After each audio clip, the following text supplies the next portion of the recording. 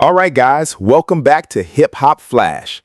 Up next, we have Drake stans going absolutely ballistic over Kendrick Lamar after he won Best Male Hip Hop Artist at this year's BET Awards. The reaction has been wild, and it really shows that a lot of people don't understand how the awards eligibility cycle actually works. On top of that, Lupe Fiasco has appeared on yet another stream, and just like last time, he's back with more controversial takes. Recently, Lupe has been making the rounds on various podcasts, continuing to downplay Kendrick Lamar's lyricism by claiming there are over 100 MCs who are better than Kendrick Lamar. I asked this question in my last video, and I'll ask it again. Do you guys think there's any truth to that? Are there really 100 MCs better than Kendrick Lamar right now? I'm pretty sure Lupe is back with even more wild opinions in this video. Let me know in the comments if you think he's genuinely being serious or if he's simply clout chasing, because personally it feels like he's trolling for attention. He seems determined to tell anyone willing to listen that Kendrick Lamar isn't as great as people make him out to be. If he's not appearing on a live stream, he's active in the chat, and honestly, the guy seems to be everywhere. As for Kendrick Lamar winning Best Male Hip Hop Artist at the BET Awards, he's clearly living rent-free not only in Lupe's head, but also in the minds of some of the most dedicated Drake stans online. First of all, what a group of people who are apparently too lazy to do a simple Google search. They shouldn't even be called owls anymore, because owls are considered wise. From now on, they should be known as dodo birds. Seriously, the BET Awards eligibility cycle runs from March of last year through March of this year. During that period, who was the hottest rapper? Let me know your answer in the comments. Before spreading unresearched hate, take a few seconds to look up how the award cycle works. At this point, ask Google or even ask your neighbor before jumping to conclusions. Like I always say, you can't reason with someone who didn't use reason to arrive at their opinion in the first place. So, let me know whether you agree or disagree that Kendrick Lamar deserved this award. The reality is that Kendrick was absolutely the hottest rapper during that eligibility period. He had the best-selling album, headlined the Super Bowl halftime show, broke records there, and then went on to break the record for the highest-grossing rap tour of all time, something he's now accomplished twice in his career. With achievements like that, the decision really wasn't difficult. So, enough wasting time. Let's jump into these posts and videos featuring Drake stans completely melting down because Kendrick Lamar won Best Male Hip Hop Artist at this year's BET Awards. As I mentioned earlier, we'll also look at Lupe Fiasco's latest stream, where many people believe he's delivering yet another round of questionable takes. This year has been an absolute goldmine for entertaining moments. Let me know in the comments whether you think Lupe is going to keep this online run going. At this point, it seems like he either wants to battle Kendrick or start a whole new career as a podcaster. All right, here's the post announcing Kendrick Lamar as the winner of Best Male Hip Hop Artist at kendricklamar.txt. Let's check out some of the comments. I can only imagine that if Drake had dropped in January, these same people would be making identical arguments about the Grammys. Look at all the OVO fans melting down in the replies. Remember, these people don't bother fact-checking anything. At this point, it's not even hate anymore. It's simply the truth. These awards weren't undeserved or unwarranted. When Kendrick Lamar releases music, he usually delivers the strongest body of work, so it's really not surprising that he continues to win whenever he's eligible. And once again, the lack of originality trickles down to the fan base. They're still making the same old short jokes. It's about as unoriginal as it gets. Another comment says Dot is winning the next 2 years too when the album drops because he's light years ahead of the competition. Let me know your prediction. If Kendrick Lamar drops another album, does he immediately take over the entire hip-hop conversation? I think I already know what most of you are going to say. If Kendrick Lamar does drop a new album, do you think he immediately takes over the hip-hop conversation again? I'm pretty sure I already know what most of you are going to say in the comments. One comment reads, "Bro won this for saying Cardi my evil twin, LOL." No, he won because he spent last year breaking milestone after milestone and setting record after record. Another comment says, Kendrick didn't even have to say anything this year and they're still glazing him. Once again, these people completely miss the point. They don't understand that the BET Awards eligibility period began in March of last year. So yes, it absolutely was Kendrick's season. Honestly, I think even Drake fans should admit that. The entire Iceman rollout was centered around Kendrick Lamar. I'd say at least 60% of the conversation revolved around him, and even the album itself contains plenty of references to Kendrick. Then someone says, this is why it'll always be sales, streams, and hits over awards, prizes, and ratings. Notice how they're choosing metrics that people constantly argue can be manipulated. That tells you a lot. Another comment says, you can't give him this award when he released nothing notable during the eligibility period. But that's missing the point. This isn't an award for Best Album. It's Best Male Hip-Hop Artist. Kendrick was on a generational run during the eligibility period. Another person says, the industry's decisions will never matter more than the people's voice. I actually agree with that statement. At the end of the day, people have to connect with the music. They have to genuinely gravitate toward it. And that's exactly what happened with Kendrick Lamar last year. He became the #1 artist in the world because people embraced the music.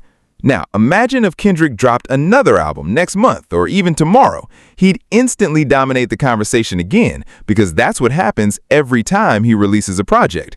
Based on his track record, he'd probably become the favorite for nearly every major award he's eligible for next year as well. Another comment reads, the more they hand him awards and try to make him the face of the industry, the more hate he gets. The only people hating are the same people with owl emojis in their usernames. They don't realize they're creating the exact opposite reaction they want. Instead of turning people against Kendrick, they're only generating more engagement and more discussion around him. And once again, it's not as if he didn't deserve this award. He clearly did. Someone sarcastically wrote, Kendrick didn't even open his mouth. Go give him another Grammy. The amount of narrative spinning never stops amazing me. Then another comment says, when the obvious handing out of awards starts looking funny, people notice.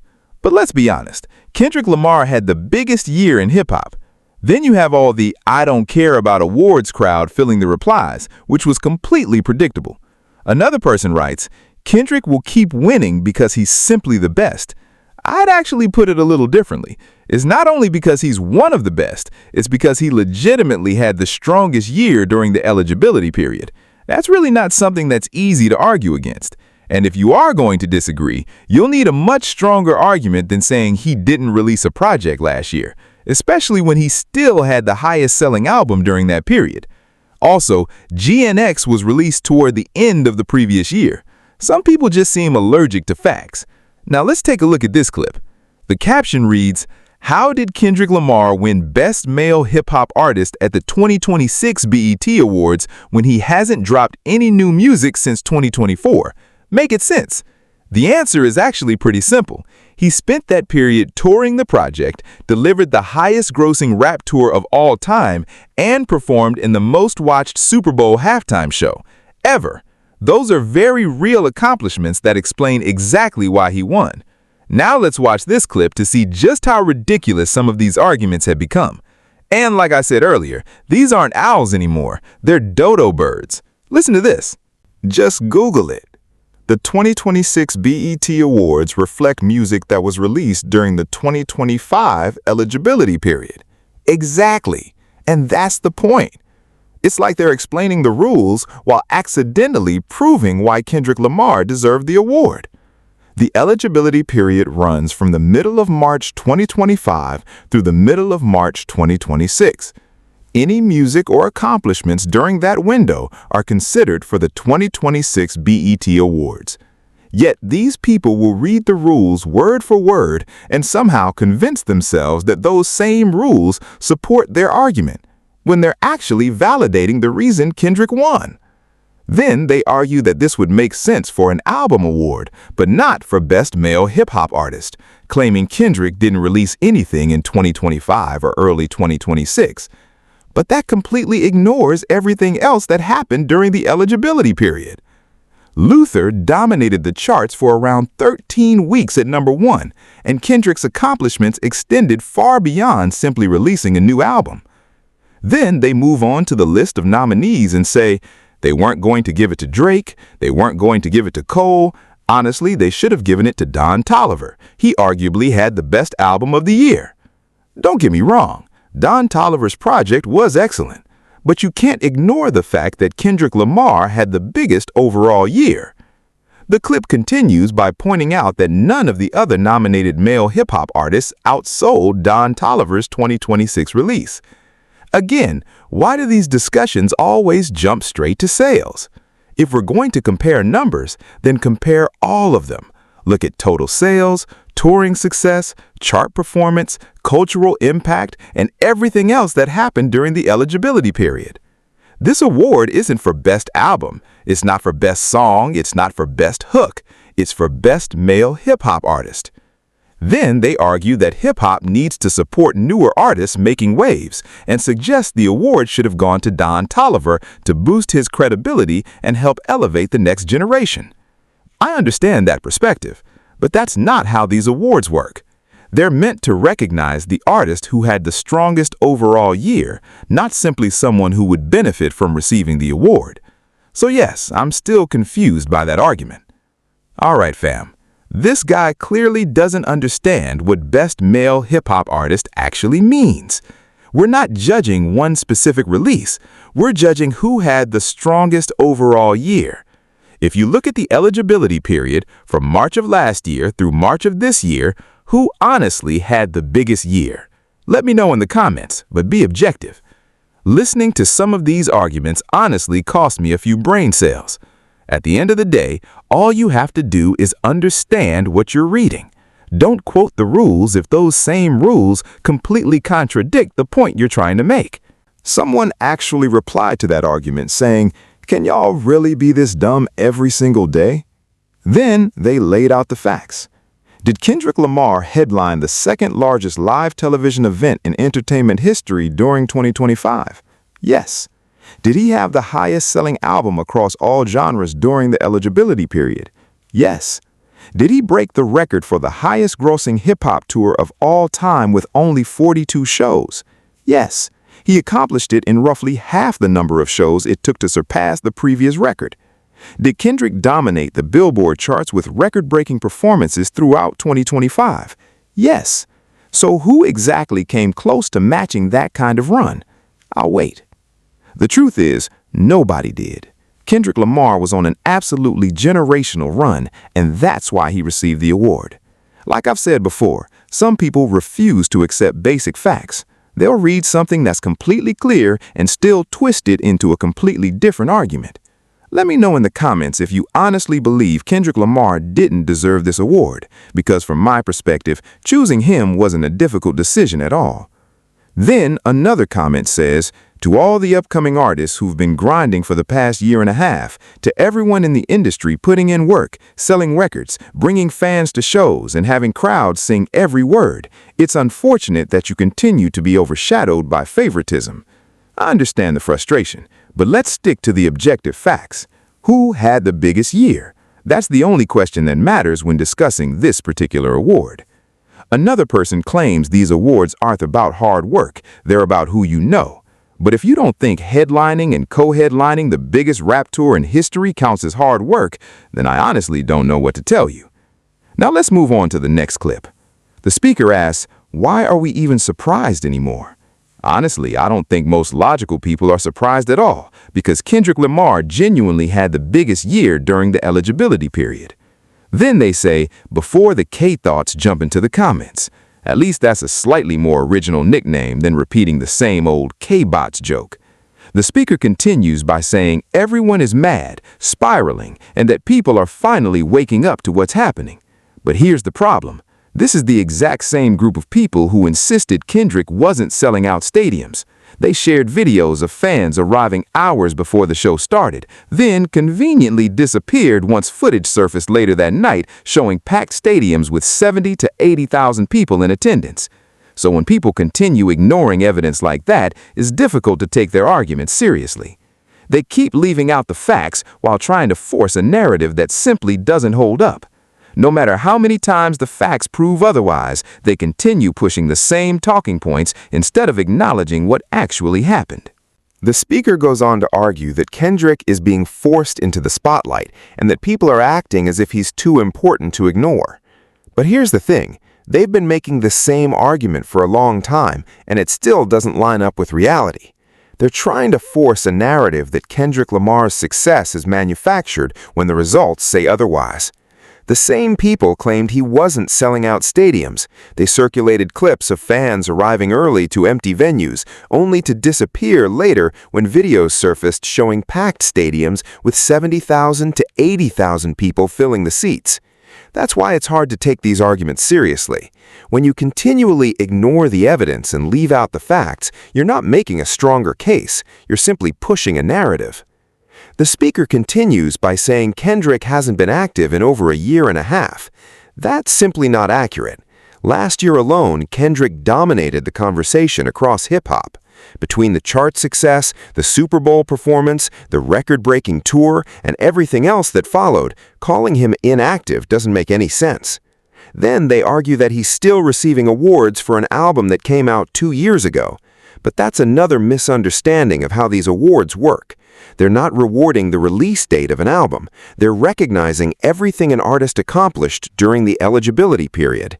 That includes chart performance, touring, cultural impact, commercial success, and overall influence throughout that year.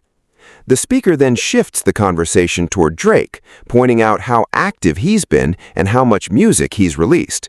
Nobody is denying Drake has been active. The point is simply that activity alone doesn't determine who wins Best Male Hip-Hop Artist. The award recognizes who had the strongest overall year. And when you compare everything that happened during the eligibility period, it's easy to understand why Kendrick Lamar received the honor. Again, this isn't about discrediting Drake or anyone else. It's about looking at the complete body of work, the accomplishments, and the impact each artist had throughout the year. That's why this discussion keeps coming back to the same conclusion. If we're being objective, Kendrick Lamar had one of the most dominant years hip-hop has seen in a long time.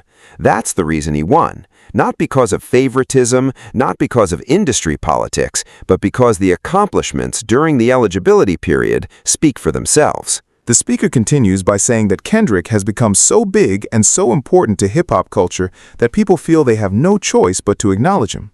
Then, in the very next breath, they claim he hasn't been active for a year and a half. That argument just doesn't hold up. Last year alone, Kendrick was dominating the conversation. He was breaking records, headlining the biggest stages, and putting together one of the most successful runs we've seen in hip-hop. Yet people still insist he's been inactive.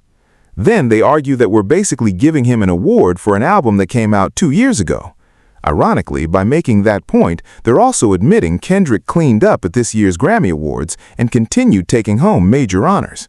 The problem is they still don't have the facts straight. They shift the conversation to artists who have spent the last year and a half grinding in the studio, releasing debut albums, and trying to establish themselves in the industry. They argue it's unfair for those artists to lose recognition to someone they claim isn't active. Then they bring Drake into the discussion, pointing out how active he's been, how much music he's released, and how present he's remained in hip-hop culture. But let's pause the Drake discussion for a second. The reality is that Kendrick's tour didn't even end until December of last year, yet somehow people continue claiming he disappeared for a year and a half. That simply isn't true.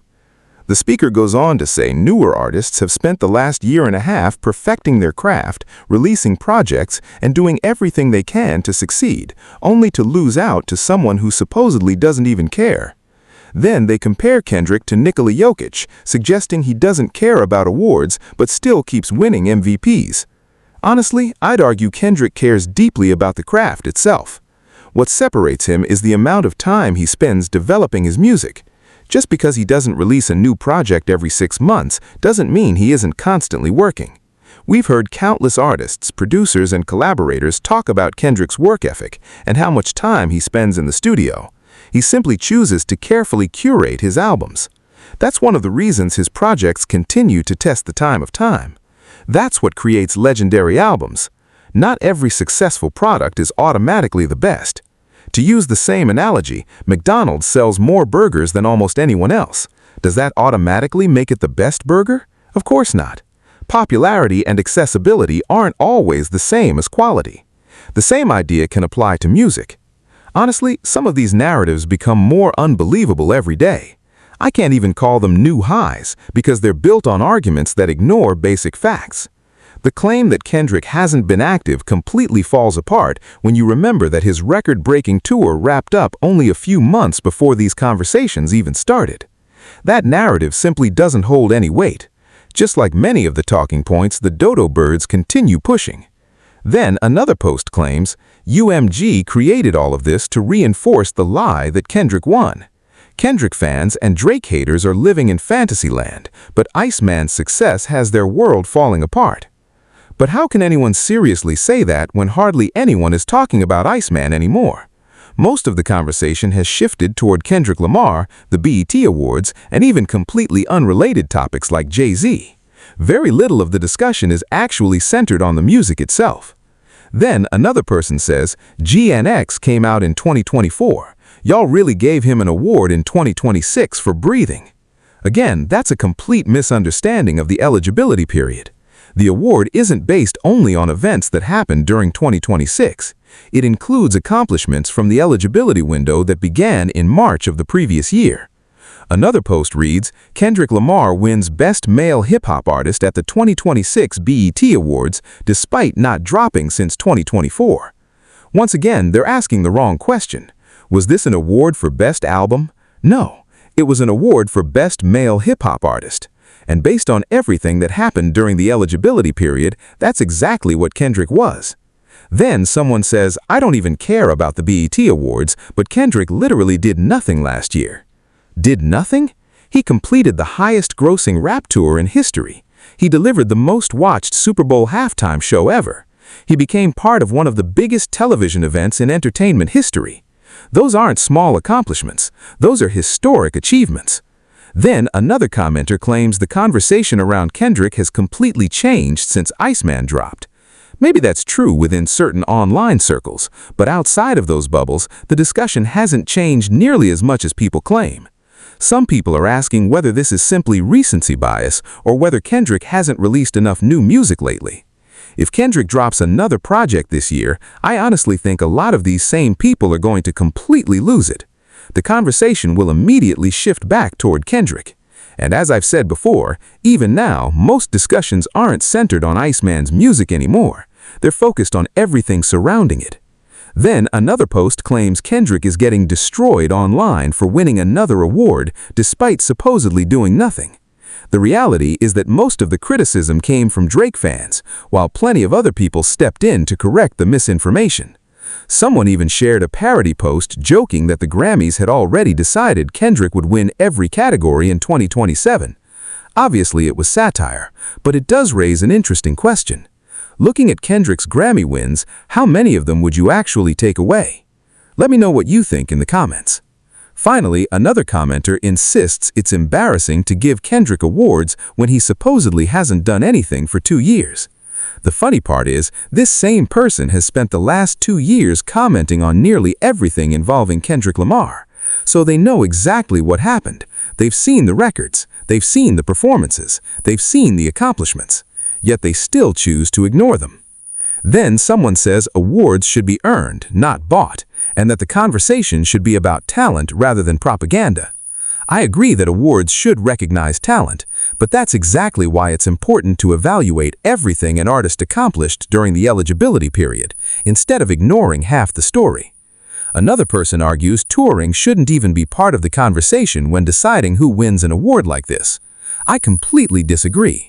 Breaking records on tour is absolutely an accomplishment. When an artist has a historic year across touring, commercial success, chart performance, and cultural impact, all of those achievements deserve to be part of the discussion. To close out this section, one final comment says Kendrick could make albums like Take Care or Nothing Was the Same, but Drake couldn't make Good Kid, Mad City or To Pimp a Butterfly. Personally, I don't even think that's much of a hot take. Alright guys, now let's move over to another clip from Lupe Fiasco's latest stream. Take a listen. Lupe explains that Kendrick's approach isn't centered on throwing constant punchlines. Instead, he believes Kendrick focuses more on angles, concepts, delivery, performance, and dynamics. When Kendrick does land a punchline, though, it carries real weight. Honestly, I think that's a fair observation. At the end of the day, that's exactly the kind of songwriting that stands the test of time. One mistake a lot of lyricists make is overcomplicating their writing. You can pack a verse with endless syllables, intricate rhyme schemes, and complex wordplay, but that doesn't automatically make the song better. In some cases, it actually takes away from the overall impact. As a producer, it's a lesson many people learn early on. You can overload a beat with melodies and ideas until there's no room left for the artist to actually create. Eventually, you realize that sometimes less really is more. Kendrick Lamar has mastered that balance. And honestly, if Kendrick wanted to focus entirely on dense lyrical gymnastics, I don't think many people could compete with him in that lane either. Lupe goes on to explain that Kendrick relies more on delivery, performance, dynamics, and communicating a message than on stacking punchline after punchline. The interviewer then asks whether he's referring to Kendrick specifically. Lupe responds that he isn't trying to single Kendrick out. Instead, he's describing different approaches to lyricism and the different audiences they appeal to. I actually agree with that point. There are artists who specialize in layered punchlines designed for a certain audience, while others focus on storytelling, songwriting, and emotional connection. A good comparison would be Floyd Mayweather later in his career. He wasn't knocking everyone out anymore, but he remained one of the greatest because he mastered his craft in a different way. Different styles resonate with different listeners. Some fans want intricate technical lyricism delivered at an incredibly high level. Others care more about the overall experience, the emotion, and the message behind the music. Battle rap is a perfect example. A crowd often reacts more to clever current event references and immediate punchlines than to subtle, layered writing that takes time to unpack. That's simply a different skill set. It's also one of the reasons many battle rappers struggle to transition into mainstream music. Winning a battle and making timeless records aren't always the same thing. That doesn't mean one style is better than the other, it simply means they serve different purposes. This is where I think the conversation starts moving the goalposts. Kendrick Lamar has never claimed to be the greatest battle rapper of all time. He has experience battling, and he's proven he can hold his own in that environment, but first and foremost, he's an artist, an MC, and a songwriter. Judging him solely by battle rap standards ignores everything else that makes him one of the most respected artists in hip-hop. The most valuable thing any artist can do is connect with listeners. People remember how a song made them feel long before they've forgotten the cleverest punchline. That's what creates longevity. And let's not pretend Kendrick's pen isn't among the greatest the genre has ever seen. You don't win a Pulitzer Prize simply because people like you. Like I've said throughout this video, you can't reason with people who didn't use reason to reach their conclusions in the first place. Lupe, I understand the point you're trying to make, but I also think some of these arguments move the goalposts. Art is subjective, and everyone is entitled to their opinion. At the same time, it's hard not to wonder whether some of these comments are also helping generate attention, because Lupe hasn't received this much discussion in quite a while. Let me know what you think. Do you agree with Lupe's perspective, or do you think he's shifting the conversation? Also, let me know your thoughts on Kendrick Lamar winning Best Male Hip-Hop Artist at this year's BET Awards. Remember, just because the ceremony took place this year doesn't mean the award only reflects this year. The eligibility period includes most of the previous year as well. A lot of the criticism we've seen could have been cleared up with a simple Google search. What's surprising is that some people actually looked up the information and still misunderstood it. At this point, I honestly think this reaction is going to happen every single time Kendrick Lamar makes headlines. He can't seem to do anything without certain people immediately crashing out. The guy even went to Disneyland, and somehow that turned into another controversy. So let me know where you stand on everything we discussed today. If you enjoyed this video, don't forget to like, subscribe, and join the Hip Hop Flash community. I genuinely appreciate every single one of you for making this channel part of your day. The support you continue to show means more than I can put into words, and it's one of the biggest reasons I keep making these videos. A huge shout out as well to everyone who has joined the YouTube memberships. It's a small way to support the channel, but it makes a huge difference. Another big thank you goes to everyone who has sent super thanks. Your support truly means a lot, and I'm incredibly grateful for all of it. If you want to keep the conversation going, be sure to follow me on X. You'll find the link in the pinned comment in the description below. That's also the best place to send me news, clips, and videos you'd like to see on the channel. I'm looking forward to reading all of your opinions in the comments because I know they're going to be entertaining. And as always, don't be afraid to call out the nonsense when you see it. Thanks again for watching. I hope you enjoyed the video, and I'll see you in the next one. And remember, reading comprehension is key.